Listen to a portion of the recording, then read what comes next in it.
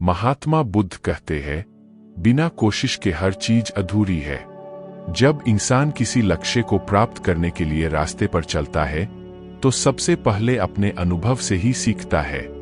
जब धीरे धीरे उसकी बुद्धि बढ़ने लगती है तो वह दूसरों के भी गलतियों से सीखने लगता है।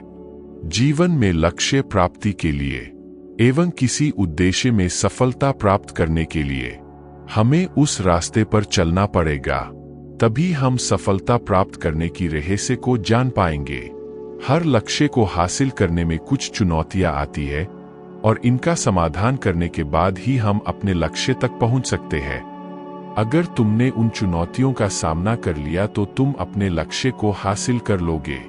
शुरुआत में सभी की यही समस्या होती है, वह नहीं समझ पाते हैं कि उन्हें जीवन में सफल होना आवश्यक क्यों है, क्यों वह कुछ करना चाहते हैं। उनके सामने बहुत सारी परेशानियां आती रहती है और वे उन परेशानियों के सामने हार मान लेते हैं। लेकिन जैसे जैसे आप आगे बढ़ते हैं और अपने लक्ष्य के प्रति पूर्ण रूप से समर्पित होते हैं तो सफलता की ओर बढ़ना आसान हो जाता है। चलो इसी तरह की एक कहानी आपको सुनाता हूं जो आपको आपके लक्ष्य प्राप्ति में निश्चित ही मददगार साबित होगी। कहानी अच्छी लगती है तो वीडियो को लाइक करें और अपने दोस्तों के साथ ग्रुप में शेयर करें और चैनल को सब्सक्राइब करें। बहुत समय पहले की बात है, महात्मा बुद्ध एक गांव से होकर गुजर रहे थे। उस गांव में एक तालाब था। महात्मा बुद्ध और उनके सभी शिष्य तालाब के पास आकर रुक गए। तभी वहां एक लड़का अपनी मां के साथ पानी भरने आया। उस लड़के की नजर महात्मा बुद्ध पर पड़ी। वह महात्मा बुद्ध को पहले से ही जानता था। वह जानता था कि महात्मा बुद्ध बहुत ज्ञानी है और वे सभी के प्रश्नों का उत्तर देते हैं, सभी के समस्याओं का समाधान भी बताते हैं।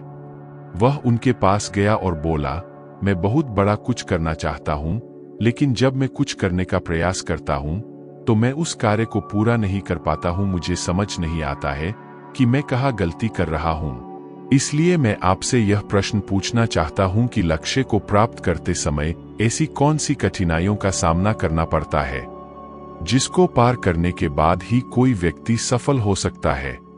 महात्मा बुद्ध उस लड़के की ओर मुस्कुराते हुए देखकर बोले, जब तक तुम अपने लक्ष्य की ओर कदम नहीं बढ़ाते हो तब तक सफलता से जुड़ा हर प्रश्न, हर उत्तर अधूरा है। महात्मा बुद्ध ने इस उपदेश को समाप्त कर अपने सभी शिष्यों के साथ आगे की यात्रा जारी रखी। उस लड़के ने भी अपनी मां के साथ घर लौटने का निर्णय किया और घर वापस आ गया। अगले दिन जब वह लड़का अपनी मां के साथ वापस तालाब पर पानी भरने आया तो उसने देखा कि कल तालाब में जो कमल की केवल कलियां थीं, वे आज पूरी तरह से खिल चुकी थीं। उसकी मां को इस पर यकीन नहीं हो रहा था। उसने अपनी मां से कहा, बेमौसम इतने सारे फूल का एक साथ खिलना, ऐसी घटना तो मैंने आज तक नहीं देखी। यह सब महात्मा बुद्ध के यहाँ आने के कारण हुआ है, अर्थात यह उनका ही प्रभाव है। उस समय वह लड़का सोचने में खो गया। उसने तुरंत ही तालाब से एक कमल का फूल तोड़ा और मन में यह सोचना शुरू किया कि यदि तालाब की यह खूबसूरती महात्मा बुद्ध के प्रभाव के कारण है तो मुझे महात्मा बुद्ध से जरूर मिलना चाहिए। शायद वह मुझे कुछ सीखने के लिए संकेत देना चाह रहे हैं। सोचते सोचते उसने तय कर लिया कि वह महात्मा बुद्ध से जरूर मिलेगा और महात्मा बुद्ध की वो आवाज मन में गूंज रही थी, तुम लक्ष्य की ओर कदम नहीं बढ़ाओगे तब तक सफलता से जुड़ा हर प्रश्न, हर उत्तर अधूरा है। तब उस लड़के ने कमल का फूल एक मटके में रख लिया और उसने यह निश्चय किया कि वह महात्मा बुद्ध से मिलकर ही रहेगा। उसके मन में जो भी प्रश्न थे उनके उत्तर जानने का उसने निश्चय किया। उस लड़के ने तुरंत ही अपनी मां से कहा, मैं महात्मा बुद्ध से मिलने जा रहा हूं। वे बहुत आगे तक नहीं गए होंगे। अगर मैं जल्दी जल्दी चलूं तो एक दिन में ही मैं उन तक पहुंच जाऊंगा और एक दो दिन में मिलकर घर वापस आ जाऊंगा। उसकी मां ने उसे बहुत समझाने की कोशिश की, लेकिन वह लड़का नहीं माना और तुरंत ही सफर की तरफ निकल पड़ा। वह मार्ग पर बहुत ही तेजी से चल रहा था। बहुत कम समय में ही उसने अपने गांव को पार कर लिया। चलते चलते उसकी थकान बढ़ रही थी, जिससे उसकी रफ्तार कम होने लगी थी। लेकिन उसने हार नहीं मानी। धीरे धीरे चलता रहा और चलते चलते जंगल में पहुंच गया। जंगल को देखकर उसके मन में डर उत्पन्न हुआ। उसने सोचा कि मैंने आज तक जंगल पार नहीं किया है और इस जंगल में कई जंगली जानवर भी है। यदि मैं रास्ता भटक गया तो मैं महात्मा बुद्ध तक कभी नहीं पहुंच पाऊंगा, और यदि मैं किसी गलत रास्ते पर चला गया तो मुझे कम से कम 2 दिन और लगेंगे महात्मा बुद्ध तक पहुंचने के लिए, और यदि वह मुझसे बहुत आगे निकल जाते हैं तो मुझे बाकी रास्ते भी पता नहीं चल पाएंगे और फिर मैं उनसे कभी नहीं मिल पाऊंगा। वह लड़का इसी सोच विचार में डूबा हुआ था। तभी उसने देखा कि उसी रास्ते से एक घोड़े की सवारी आ रही थी। लड़के ने उस घुड़सवार से कहा, क्या तुम मुझे जंगल पार करवा दोगे? मुझे महात्मा बुद्ध से मिलना है और मुझे ये कमल उन्हें देना है। इस पर घुड़सवार ने कहा, मैं आपको जंगल पार नहीं करवा सकता, लेकिन मैं आपकी मदद कर सकता हूँ।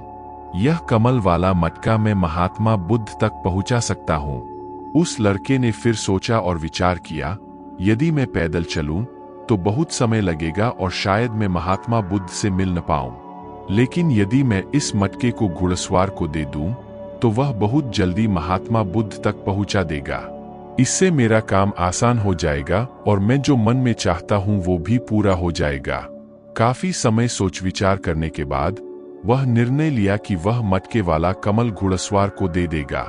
वह उस मटके को उस घुड़सवार के हाथों सौंपने ही वाला था कि तभी उसे याद आया कि इस कमल को महात्मा बुद्ध तक पहुंचाने के पीछे उसका क्या उद्देश्य था। वह किस उद्देश्य से यह कमल महात्मा बुद्ध के पास ले जा रहा है। तभी उसके मन में एक और विचार आया कि अगर मैं यह मटके वाला कमल लेकर महात्मा बुद्ध तक नहीं पहुंचा तो मेरे प्रश्नों का उत्तर मुझे कैसे मिलेगा, और हो सकता है कि मेरे जीवन में यह एक ही मौका है जिससे मैं महात्मा बुद्ध से मिल सकता हूं और अपने सभी प्रश्नों के उत्तर जान सकता हूं। यह सोचकर उसने निर्णय लिया कि वह यह मटका नहीं देगा, मैं इसे खुद ही उन तक पहुंचाऊंगा।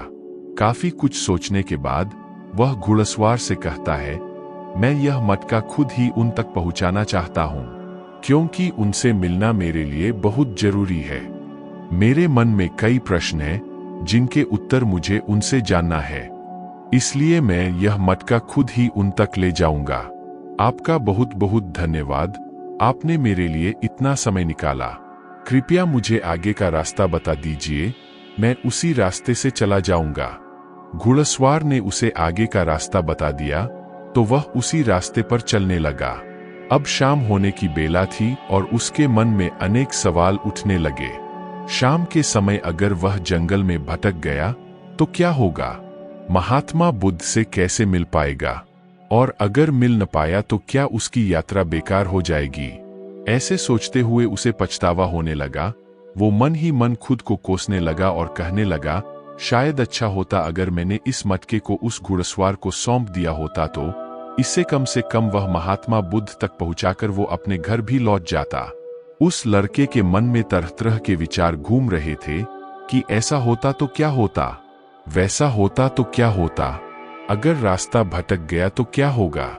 जब उस लड़के की नजर कमल की ओर पड़ी तो उसे महात्मा बुद्ध की याद आई। महात्मा बुद्ध के चेहरे पर उसने एक ठहराव और अप्रतिम शांति देखी थी। उनकी मुस्कान ने उसमें प्रेरणादायक ऊर्जा का संचार किया था। उसने समझा कि उसकी यात्रा का उद्देश्य न केवल महात्मा बुद्ध से मिलना है, बल्कि उनसे बहुत कुछ सीखना भी है। उसके मन में महात्मा बुद्ध से मिलने की तीव्र इच्छा फिर से जागृत हो गई और वह अब निश्चित था कि वह अपने मार्ग पर आगे बढ़ेगा। जब उसने जंगल की सीमा को पार कर लिया तो उसने महसूस किया कि जब जब वह अपने उद्देश्य को याद करता है तो रास्ते की मुश्किलें कम होती जा रही थी। यह घटना सिर्फ उस लड़के की कहानी नहीं है, बल्कि यह हर व्यक्ति के साथ होती है। जब हम अपने उद्देश्य को याद रखते हैं तो हमारे मार्ग में आने वाली रुकावटें छोटी पड़ जाती है और हम उन्हें आसानी से पार करके अपने लक्ष्य की ओर बढ़ते हैं। इसके बाद उस लड़के को यह एहसास हुआ कि उसे अपना उद्देश्य याद रखना है और धीरे धीरे आगे बढ़ते रहना है। उसने सभी चिंताओं को छोड़ दिया और आगे बढ़ता गया। हालांकि चलते चलते वह काफी थक चुका था और जब उसने जंगल को पार किया तो उसे एक छोटी सी कुटिया दिखाई दी।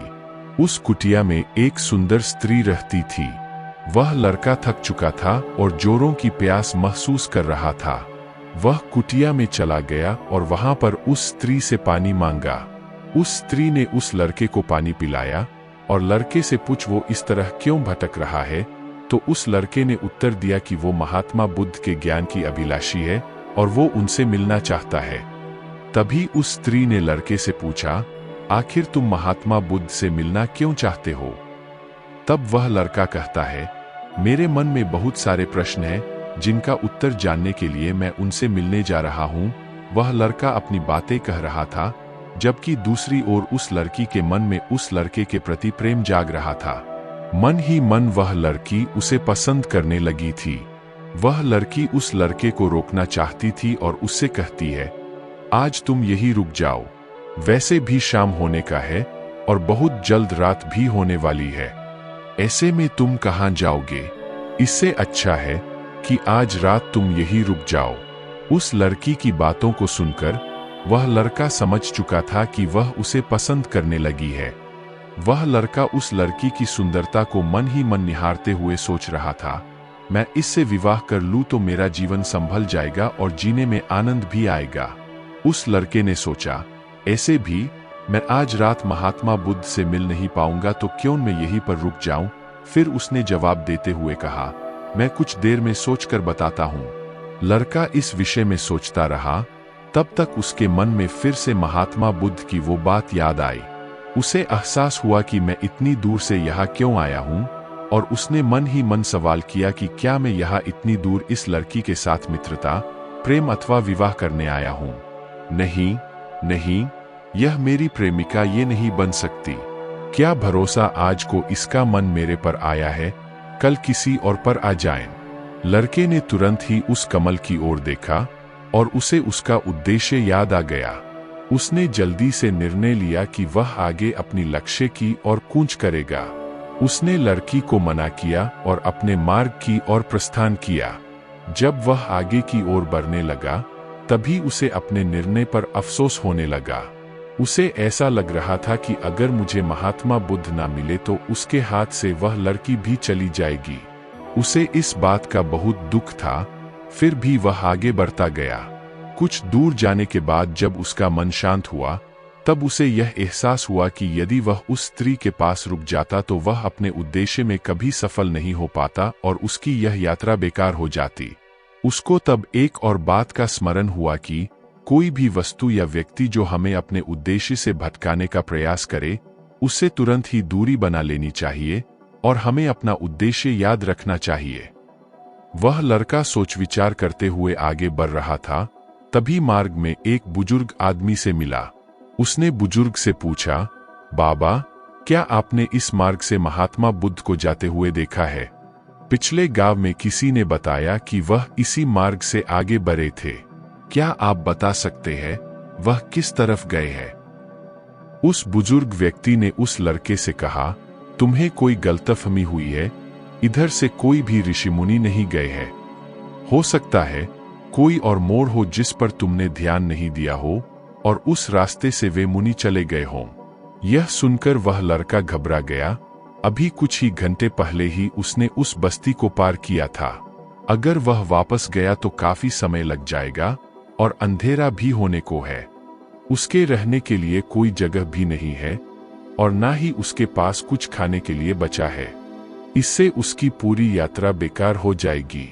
मुझे तो लगता था कि मैं महात्मा बुद्ध से मिल पाऊंगा, लेकिन अब लगता है कि उनसे मिलना इस जन्म में तो संभव नहीं है। इस प्रकार के कई विचार उस लड़के के मन में उमड़ने लगे थे। वह लड़का खुद पर संदेह करने लगा। जैसे ही उसके मन में इस प्रकार के विचार उत्पन्न हुए, मानो उसके पैरों में किसी ने बेड़ियां डाल दी हो। वह बार बार केवल एक ही बात सोच रहा था, आखिर मुझे वह क्यों नहीं दिखाई दिया? मैं बार बार एक ही गलती क्यों करता हूँ? मुझसे इतनी बड़ी गलती कैसे हो गई? वह लड़का सर पकड़कर वहीं बैठ गया। कुछ देर तक तो उसे कुछ समझ नहीं आ रहा था। तभी उस लड़के को उसकी माँ की बात याद आई कि हर गलती में कोई न कोई सीख छुपी होती है, जो हमारे जीवन को और भी बेहतर बनाती है। और इस बात को सोचते ही उसका मन पूरी तरह से शांत हो चुका था और वह लड़का बार बार अपने मन में एक ही बात दोहरा रहा था कि हर गलती में सीख छुपी होती है और वह हमें और बेहतर बनाने आती है। उसने अपनी गलती को स्वीकार किया। हाँ, मुझसे गलती हो गई है। मैं जल्दीबाजी में बिना सोचे समझे मार्ग में आगे बढ़ रहा था। जैसे जैसे लोगों ने कहा उसी तरह से वह आगे की ओर बढ़ता गया। उसकी गलती स्वीकार करते ही उसका मन शांत हो गया। उसकी आशा अब निराशा में बदल चुकी थी। वह एक पेड़ के नीचे बैठा हुआ था। तभी उसने देखा कि कुछ जानवर नदी से पानी पी रहे थे।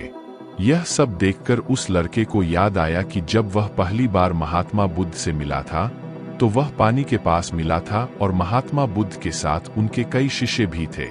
सभी को पानी की जरूरत तो पड़ेगी ही। इस बात पर उस लड़के को तुरंत यह समझ में आया कि बुद्ध भी उसी रास्ते से भ्रमण कर रहे होंगे। तभी उसने सोच विचार कर तय किया कि वापस जाने से अच्छा है क्यों मैं नदी के किनारे किनारे होते हुए आगे की ओर बढ़ता रहूं। ऐसा सोचते ही उसने तुरंत रास्ता बदल दिया और अब नदी के रास्ते आगे बढ़ता गया। जैसे जैसे वह आगे बढ़ता गया उसका मन और भी हल्का होता गया। इस अनुभव के साथ उसने महसूस किया कि जब मन शांत होता है तो हमारा मन बहुत हल्का हो जाता है। हम जल्दबाजी नहीं करते और नहीं किसी में या खुद में कमियां ढूंढते हैं। हमारी बुद्धि पहले से बेहतर काम करने लगती है। उसने यह भी महसूस किया कि खुद से शिकायत करना एक बहुत बड़ी कमी है जो हमें दुख और पीड़ा देती है। चलते चलते उसके मन में यह विचार आया कि यदि वह अपने गांव में ही रुक जाता तो यह सारे अनुभव कभी नहीं होते। ऐसा सोचते सोचते वह मार्ग में आगे बढ़ता गया। तब उसे महात्मा बुद्ध के कुछ शिष्यों पर नजर पड़ा। उन्हें देखकर वह बहुत खुश हुआ। उनके शिष्यों को देखकर वह तेजी से आगे बढ़ा और अंत में महात्मा बुद्ध तक पहुंच गया। जब वह महात्मा बुद्ध से मिला तो उन्हें प्रणाम किया और तुरंत ही उन्हें कमल का फूल भेंट किया। महात्मा बुद्ध उस कमल के फूल को अपने हाथों में लेते हुए बोले, बहुत सुंदर, यह कमल पूरी तरह खिल चुका है। 2 दिन पहले ही तुमने मुझसे पूछा था कि लक्ष्य को पार करने के लिए कौन सी कठिनाइयों को पार करना पड़ता है। तुम्हारा ये धैर्य और मुस्कान देखकर लग रहा है तुमने रास्ते में बहुत सारे अनुभव को इकट्ठा करके अपने जीवन रूपी पुस्तक में संजोकर रख लिया है। इस पर वह लड़के ने रास्ते में घटित सारी बातें महात्मा बुद्ध को बता दी। तब महात्मा बुद्ध बोले, तुम्हारे सारे सवालों का उत्तर दूंगा। तब बुद्ध कहते हैं, तुम जैसे कि यह कमल का फूल मुझ तक पहुंचाना चाहते थे और तुम्हारा उद्देश्य भी यही था और तुमने यह समझ लिया था कि इस फूल को मुझ तक पहुंचाने के पीछे तुम्हारा वास्तविक उद्देश्य क्या था। हर बार जब तुम इस फूल को देखते थे तो तुम्हें तुम्हारा उद्देश्य याद आ जाता था। तुमने अपने अनुभव से सीखा कि मंजिल तक कैसे पहुंचा जाए। तुम्हारे मन में कई तरह के डर और संदेह उत्पन्न हो रहे थे। क्या पता तुम मुझ तक पहुंच पाओगे या नहीं? क्या पता इस जंगल को पार कर पाओगे या नहीं? तुमने कभी आज तक जंगल पार नहीं किया था और तुम्हें रास्ते में कई तरह की रुकावटें झेलनी पड़ी। जब हमारे रास्ते में तरह तरह की रुकावटें उत्पन्न होती है तो हमारा मन बाधित होने लगता है और हम अपने लक्ष्य से भटक जाते हैं। लेकिन जब हम अपना सारा ध्यान रुकावट से हटाकर अपने उद्देश्य पर लगाते हैं तो सारी रुकावटें खुद ही छोटी लगने लगती है और हम आसानी से पार करते जाते हैं। असली शक्ति इच्छाओं को पूरा करने में नहीं है, बल्कि यह है कि हम सब कुछ जानते हुए भी सही काम नहीं कर पाते हैं। अगर हम अपने उद्देश्य की ओर बढ़ते हुए किसी भ्रमजाल के आकर्षण का मोहपाश में फंसकर रुक जाते हैं और हमारी लक्ष्य प्राप्ति की यात्रा अधूरी रह जाती है। जैसे कि इस यात्रा के दौरान तुमने हमेशा फूल को अपने साथ रखा, वैसे ही हमें उद्देश्य को हमेशा सामने रखना चाहिए। हमारा लक्ष्य हमेशा आंखों के सामने होना चाहिए ताकि हमें निर्णय लेने में आसानी हो। उसी प्रकार समर्पण, संघर्ष और ध्यान, ये 3 गुण हमें जीवन में सफलता की दिशा में आगे बढ़ने में मदद करते हैं। हमारे लक्ष्य को समझना, समर्पित रहना और हमेशा आंखों के सामने रखना हमारे उस मार्ग को प्रशस्त करता है जो हमें सफलता की ओर ले जाता है। रास्ते में आने वाली रुकावटों को समझकर उनसे अनुभव एकत्रित कर हम अपने उद्देश्य को प्राप्त कर सकते हैं। जीवन की यात्रा में हमें सही निर्णय लेने की क्षमता, स्थिरता और अनुभव की आवश्यकता होती है। इन गुणों के साथ हम सफलता की ओर बढ़ सकते हैं और अपने सपनों को पूरा कर सकते हैं।